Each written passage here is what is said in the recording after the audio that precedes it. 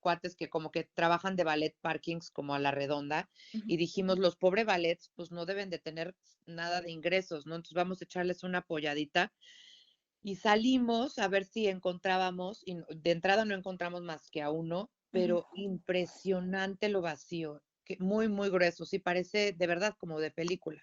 Parece de película y las fotos Sí. de otros países también me impresionan De mucho. Las Vegas, Nueva York, que es Italia, terrible, sí, sí. sí, sí, súper grueso, pero bueno, Ay, aquí andamos entonces. así es, pero tú sana y tu familia también. Sí, también. ¿Ustedes Qué bueno. también? Sí, sí, todo bien. Qué Eso bueno, sí, la qué verdad. bueno, me da gusto. Gracias. Pues primero que nada, te agradezco muchísimo el tiempo para tomarnos esta llamada. Con mucho gusto. Y pues bueno, la idea es que estamos armando este texto de próxima portada, un poco Ok. con las opiniones de expertos, de funcionarios que han estado que han estado pensando sobre esto y un poco con su expertise, saber un poco hacia dónde va esta crisis que Correcto, también, más, más allá de la salud, también es económica. Entonces, sin duda. me gustaría empezar por preguntarte cómo en tu experiencia se enfrenta una crisis económica o recesión como la que viene. Mira, yo te diría que se enfrenta con mucho temple. Esto, o sea, si no tienes temple, pues puedes desde cometer errores, apanicarte, preocuparte de más, preocuparte de menos. Entonces yo la primera parte que siempre digo es hay que tener temple para enfrentar una crisis y hay que tener altura de miras. Entonces, Ujú, temple y altura de miras en materia pues, de liderazgo cuando enfrentas una crisis. ujú, Y por el otro lado, yo creo, ya en la parte más práctica, pues lo que necesitas es información correcta y fidedigna, o sea, información en la cual puedas confiar, ujú, porque todas tus decisiones se basan en la información que tienes a mano. claro. Y si la información que tienes a mano no es contundente, creíble, comprobada, pues entonces las decisiones que estás tomando de saque, pues no las estás tomando de manera correcta en base a la información que necesitas. Claro. Entonces, esas tres cosas yo creo que te diría. En la parte temple, como persona que administra una crisis, tienes que tener temple. Como líder, tienes que tener altura de miras. Esa parte es bien importante porque Ujú, tienes de repente que ver cada una de las ramitas del bosque y las hojitas, pero hay veces que tienes que ver el bosque. Entonces, tienes que tener esa altura de miras para poder eh, pues, manejar la situación. Y luego en la otra parte, ya en la parte más práctica, el paso número uno es contar con información veraz y fidedigna para tu toma de decisión. claro. Sí, son totalmente importantes y sin temple yo creo que no se puede hacer todo lo Correcto. demás. Ahora, parece sencillo, pero luego es una característica que no todo el mundo tiene, ¿eh? O Ujú, sea, y lo compruebas en los momentos de crisis. A mí me tocó claro. administrar momentos de crisis económica muy fuertes Ujú, en 2017, ajá, porque acuérdate que se nos había caído el precio del petróleo 40%, o sea, había ujú, habido un choque petrolero muy importante y estábamos adentro de todo el entorno preelectoral, ujú, luego electoral y luego postelectoral en Estados Unidos. ujú, ujú, Y de las primeras cosas que se decían era que se iba a cancelar el Tratado de Libre Comercio, etcétera. Entonces, había un choque a la economía muy fuerte y creo que es muy importante y lo ves cuando estás trabajando en un equipo, porque normalmente las crisis se administran en equipos reducidos, claro. lo ves, el temple es lo más importante, ¿no? Sí, totalmente. Y justo quería preguntarte, en tu experiencia manejando crisis, ¿cómo ves la respuesta del gobierno actual? Y tal vez, ¿qué medidas podrías ver como inmediatas, para empezar por ahí, que se podían tomar en cuanto a tal vez temas fiscales o cómo manejarlo? Sí, mira, yo lo que veo es que hemos tenido desafortunadamente respuestas muy disímbolas Ujú, ante la crisis. O sea, oyes al subsecretario López Gatel y te da una visión de la situación y una visión de lo que hay que hacer. Oyes al secretario de Hacienda en los precriterios generales de política económica y ujú, te da una visión de país y te dice lo que hay que hacer. y oyes al presidente y te da otra visión del país y otra visión de lo que hay que hacer. Entonces, creo que esta parte de, mm, eh, de liderazgos disímbolos, de información disímbola y de instrucciones disímbolas, de percepciones disímbolas de lo que está pasando, pues no ayudan a la coyuntura. Entonces, sería lo primero que te diría yo. Y en términos de qué se puede hacer, pues mira, hay como a dos vías. Por una parte, tienes que administrar la volatilidad de corto plazo. Eso yo creo que lo están haciendo muy bien. La volatilidad financiera de corto plazo, eso lo están haciendo muy bien Hacienda y Banco de México con las medidas que han tomado. Desde las coberturas petroleras que tuvieron, que decidieron tener, las coberturas cambiarias, los swaps y las ofertas de crédito en dólares que están haciendo. O sea, eso lo que te permite es anclar la volatilidad cortoplacista financiera. Pero ya en la parte más de desarrollo económico hacia adelante, de protección de las personas y empresas vulnerables, pues sí tienes que hacer un gran paquete económico sólido, integral, suficiente, robusto, en donde de entrada lo primero que tienes que hacer es garantizar recursos al sector salud, ¿no? Y al sector salud me refiero para que enfermeras y doctores tengan lo que necesitan para atender a la gente, ¿no? O sea, no le puede faltar una máscara a un doctor ni una enfermera, no les pueden faltar guantes, ¿no? Entonces, no les puede faltar el uniforme que requieren. Pero luego, pues, lo que implica camas, medicamentos, todo lo que implica atender la pandemia. Entonces, ese es tu primer, o sea, si yo ahorita tuviera que sacar recursos, mi primera partida prioritaria sería cómo damos suficiencia al sector salud en términos de presupuesto para lo que requiere. Ya. Y ahora el sector productivo, Y hay después para el varios muy sector, impactados. sí, y después para el sector productivo, yo creo que lo primero que tienes que hacer es a quién vas a considerar como población vulnerable para poderlos apoyar. Esos son apoyos, eso no es financiamiento, eso es, tienes que soltar recursos públicos para apoyarlos. Y yo lo fijaría en quienes ingresan 2 salarios mínimos o menos. Entonces, eso más o menos se sitúa en 6,000 pesos. Entonces, yo ahí situaría a mi población vulnerable y a los de 6,000 pesos o menos. Uno, el gobierno tendría que pagarles el salario de cotización al IMSS para que no pierdan su empleo y para que al mismo tiempo apoyes a las empresas a mantener empleo. Y por el otro lado, tendrían que pagar por 2, 3 meses agua, luz y gas. O sea, si tú a una persona le garantizas su salario de cotización al IMSS más agua, luz y gas, le estás dando como lo mínimo para cubrirlo de esta contingencia, ¿no? Sí, totalmente. Ahora, en cuanto... Entonces, Ajá, dime. esos serían los de 6 para abajo. Y luego ya hacia arriba, pensando en pequeñas, desde micro, pequeñas, medianas y grandes empresas, yo no descartaría las grandes empresas, ya empezaría con temas de incentivos y estímulos. ¿Qué incentivos y qué estímulos? Bueno, pues tienes la parte fiscal. Yo no soy partidaria de las condonaciones de impuestos nunca, pero sí de los diferimientos en ocasiones extraordinarias como esta. Entonces tendrías que pensar en un esquema de diferimiento de pagos. Y claro, no es lo mismo diferirle a alguien que te debe 2 millones al SAT que diferirle a alguien que te debe 20,000 pesos al SAT. Entonces tienes que hacer una estrategia dependiendo de los ingresos que reporten en el SAT, ¿no? Pero bueno, sí hay que diferir impuestos y por el otro lado tienes que estimular. ¿Cómo estimulas? Hay muchos mecanismos financieros. Ahí te va. Financiamiento, cofinanciamiento, crédito, garantías, seguros, créditos potenciados, financiamiento potenciado. Ese financiamiento potenciado es que haces un fideicomiso para prestar recursos y por decirte, tú le metes 10 millones, pero puedes prestar hasta 100, dependiendo del tipo de garantías que le metas a la estructura de ese financiamiento. Entonces te rinde más el dinero para poder financiar.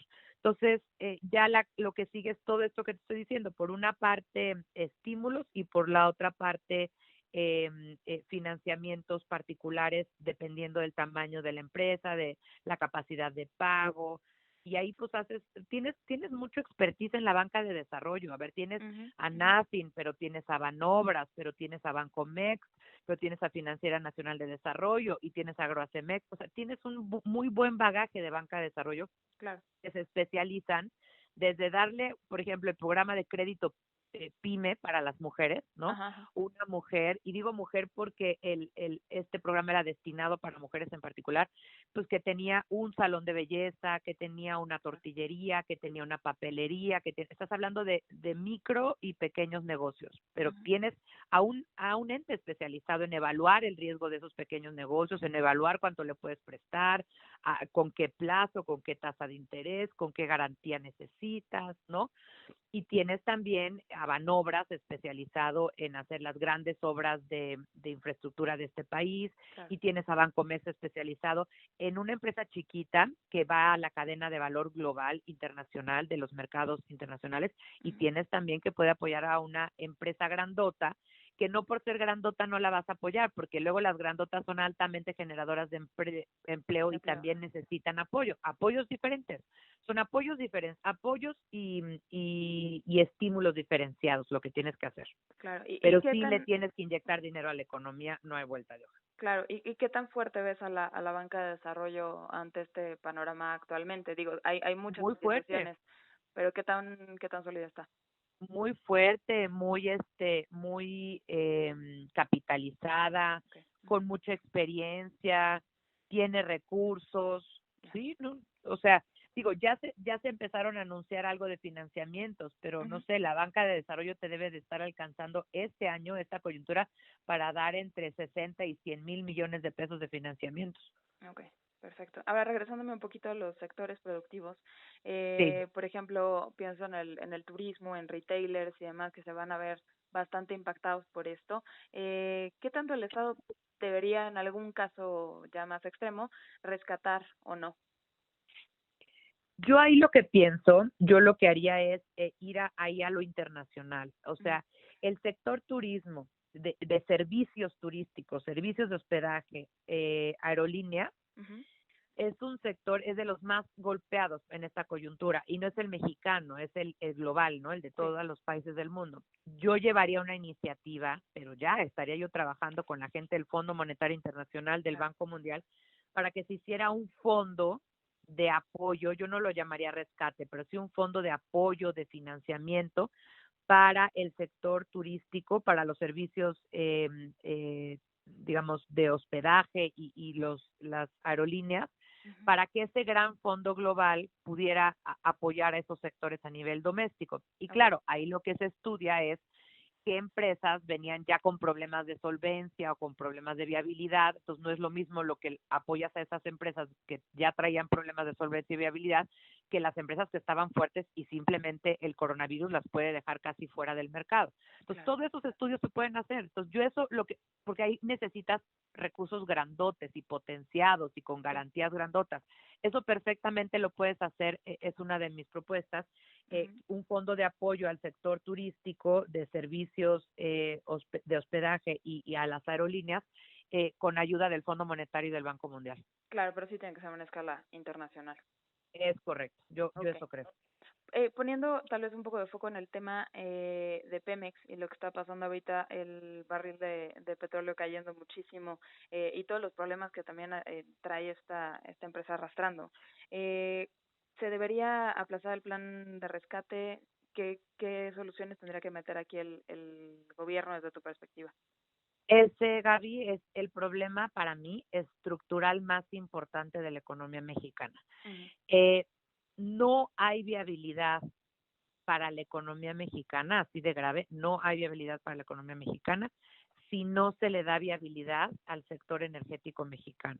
Ujú. Y al sector energético mexicano no le vas a poder dar viabilidad vía recursos públicos, porque lo que vas a hacer es debilitar las finanzas públicas del país. Lo tienes que hacer a fuerza vía recursos privados.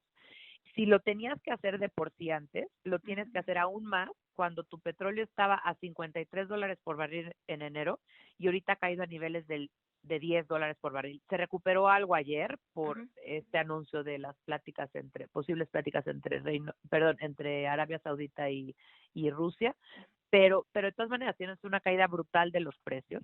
Ujú. Entonces, en ese sentido, lo tienes que hacer viable. O sea, mira, la refinería esta dicen que va a generar empleos. No necesitamos que el gobierno genere empleos y además que genere empleos con un proyecto inviable Claro. financieramente. Necesitas que el sector privado genere empleos y entonces destina estos 12, 14 mil millones de dólares mejor ahorita en la coyuntura al sector salud. Claro. ¿Qué hacemos haciendo una refinería? O sea, de verdad, pensándolo, no es un tema político, no es un tema, yo soy muy técnica, la verdad es que me tiene sin cuidado que si los neoliberales y que si los de derecha y de izquierda, o sea, es de verdad. O sea, ¿qué haces metiéndole entre 12 y 14 mil millones de dólares a una Claro. refinería con este esquema que te estoy diciendo, ¿no? Entonces, eso lo tendrías que canalizar al sector salud ahorita, tienes los recursos para canalizarlo, y lo que haces es abrir tu sector energético como cualquier país del mundo al sector privado.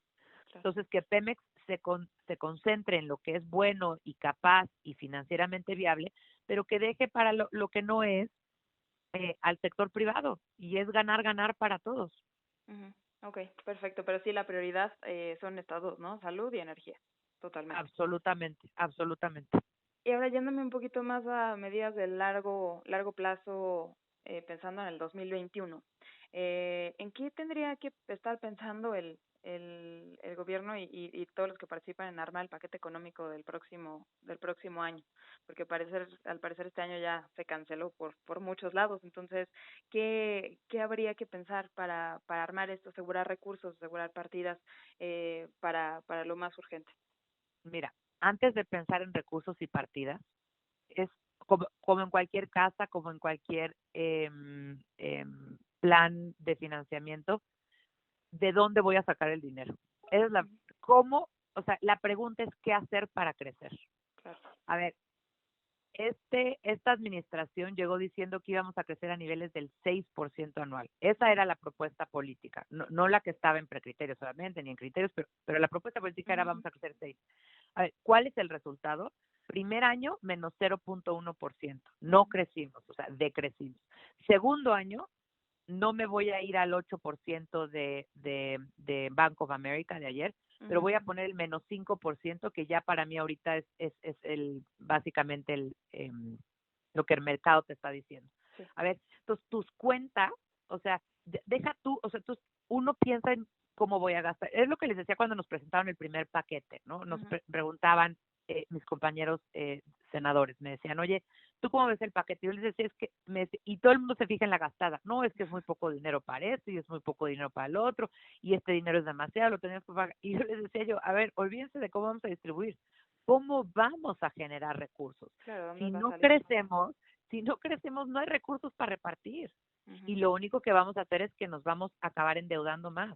A ver, a mí de las partes más representativas de los precriterios de política económica Ujú. que presentaron, Gaby, se está deteriorando la deuda, o sea, va a ser hoy por hoy el gobierno más endeudado de los últimos años. Y no te estoy diciendo mañana, te estoy diciendo hoy, o sea, con los Sí, claro. precriterios que ya nos presentaron ayer, Ujú. Ujú. la deuda pasó de 45.6 del PIB a Ujú. 52.1 del PIB. Claro. En los No, es últimos 6 muchísimo. años nunca había pasado de 50. Claro. Sí, y esto es hoy. El saldo histórico, esto se llama saldo histórico de los requerimientos financieros del sector público, que es la medida, digamos, técnica para medir la deuda. Ujú. Pero oye, está muy grueso. Entonces, al final del día, yo creo que, volviendo a tu pregunta, ¿qué pensamos para el 2021? ¿Cómo crecer? Punto. Okay. Porque sin crecimiento económico, porque ya vas a llevar, de tus 6 años, ya llevas Ujú. un tercio, o sea, ya llevas 2 años de no crecer. Claro. Y el segundo con un choque brutal, que yo Ujú. calculo en menos 5%, más o menos viendo todo lo que plantean los analistas. Interesante. Entonces, ese es tu resultado económico. La pregunta para el 2021 es, o sea, o crecemos o de plano este país, pues el hoyo que estamos cavando en materia económica, pues va a ser bien profundo, ¿no? Claro. Entonces, Y la de dónde se pregunta podría fundamental crecer? es, ahí volvemos, ahora sí que volvemos a lo elemental, a tu pregunta elemental, tienes que cambiar tu estrategia en materia energética. Ya. Mira, son dos cosas fundamentales. Tienes que cambiar tu estrategia en materia energética y permitir la inversión privada en el sector energético. No le puedes seguir metiendo recursos fiscales a Pemex. Y la otra es, no puedes seguir espantando y ahuyentando la inversión. Otra vez, porque ¿quién genera empleos en el país? No es el gobierno, es el sector privado. Entonces, si no entiendes esa ecuación de que es el sector privado el que genera empleos y que no puedes ahuyentar a la inversión, que tienes que generar un ambiente propicio para los negocios y para la actividad productiva, pues entonces no vas a crecer. Esas son las dos salidas, o sea, son súper sencillas, pero al mismo tiempo muy estructurales. Ujú. Cambiar tu política energética para que invierta el sector privado y por el otro lado, cambiar drásticamente los mensajes y el entorno que le creas a la inversión, porque sin inversión no vas a tener un clima favorable para los negocios y no vas a tener un clima favorable para la actividad productiva y por ende no se va a generar empleo en tu país y no vas Claro, a crecer. claro, Entonces, claro. ahí estamos atorados, es un tema muy fundamental, pues. Ujú, ujú. Y entonces estamos, nos perdemos en que si la rifa, en que si me preocupan los molinos del viento, eso es accesorio. Claro. Si me apuras, hasta el Tren Maya es accesorio Ujú, frente ujú. a estas dos grandes decisiones, porque estas dos grandes decisiones son las que te van a permitir crecer o que sigamos como estos últimos 2 años, sin Ujú. crecimiento, y sin crecimiento no hay prosperidad, ¿no? Punto. Okay, perfecto. Ahora, yo por último te preguntaría, ¿dónde Sí. o qué tan importante debería de ser en el plan de decisiones ya un poco más a largo plazo, pero el incentivar la ciencia, la tecnología y el impulso a economías digitales? Sin duda, yo creo que es un tema de presente y es un tema de futuro. La investigación y el desarrollo, la digitalización de la economía, la digitalización de los servicios, en cómo México puede hacerse eficiente en las cadenas productivas de valor de servicios y bienes digitales a nivel internacional, a nivel global, es muy importante. Sin duda, son de los temas en los que no hay que dejar de trabajar.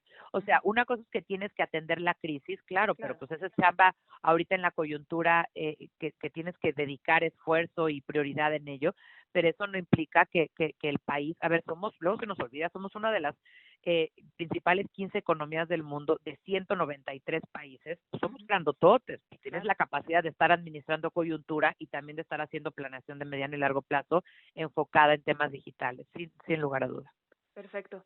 Y tal vez en un poco en el asunto más personal, tú, Vanessa, ¿cómo te imaginas el mundo en unos meses? Algunos dicen que van a ser 18 meses que se va a ir el efecto de toda esta crisis, pero a lo mejor no nos vayamos tan lejos, pero ¿cómo te imaginas que va a ser el mundo y cómo vamos a vivir cotidianamente? ¿Sí va a ser un cambio radical o vamos a regresar a lo normal? No, yo creo que esto va a implicar una transformación radical, estructural del mundo, de cómo lo vivimos, de nuestras relaciones humanas, de nuestra conciencia como humanidad, si Ujú. te vas a algo mucho más profundo, porque creo que esta coyuntura nos está haciendo ser más conscientes de lo efímera que es la vida, de lo valiosa que es la vida, de cómo los errores de política te pueden ayudar a profundizar una crisis de esta naturaleza y cómo los buenos liderazgos te pueden ayudar a salir adelante de una crisis como esta. Entonces yo creo que los seres humanos nos vamos a convertir, espero que así sea, en personas más conscientes y que a la hora que estemos pensando en que, híjole, es domingo, qué flojera tener que ir a votar, mejor me quedo viendo una serie, híjole, pues yo creo que sí, mejor apaguemos la serie, parémonos y vayamos a votar en conciencia, porque de esos votos y de esas decisiones que tomamos depende los liderazgos que tenemos siempre, pero sobre todo los liderazgos que tenemos en estas coyunturas que tanto importan, ¿no? Totalmente. Perfecto. Pues Vanessa, te agradezco muchísimo tu No, hombre, tiempo. Gaby, encantada, con Un mucho gusto. placer. Te pediría un último favor para un Sí, claro. producto de audio que estamos haciendo. Sí, Es algo súper breve y si me lo pudieras enviar por un audio de WhatsApp estaría increíble, pero es ok, que pudieras contestar la pregunta ¿cómo reactivar México? En una propuesta como muy breve, o sea, que no ok. pase tal vez de 30 segundos. ¿Cómo reactivar México? Ajá. Ok, Alguna de las propuestas que ya me contabas, tal vez ok, resumir alguna o la que para ti sea la más importante en un buenísimo. audio chiquito. Órale, va, yo te lo mando, cuenta con Vale. ello. Muchísimas gracias. Bueno, no, hombre, que te vaya bonito, Buen día saludos. igualmente. Chao, chao. Órale, bye. Podemos reactivar a México si hacemos tres acciones. Número uno, cuidar de los más vulnerables, duplicando el monto de los programas sociales en abril y mayo. Duplicar, no adelantar. Número 2, que las personas y familias que ingresen 6,000 pesos o menos, el gobierno federal les pague el agua, la luz y el gas y su contribución al IMSS por los meses que dure el encierro. Y número 3, financiamiento, crédito, garantías y seguros a las micro, pequeñas y medianas empresas para preservar el empleo en nuestro país.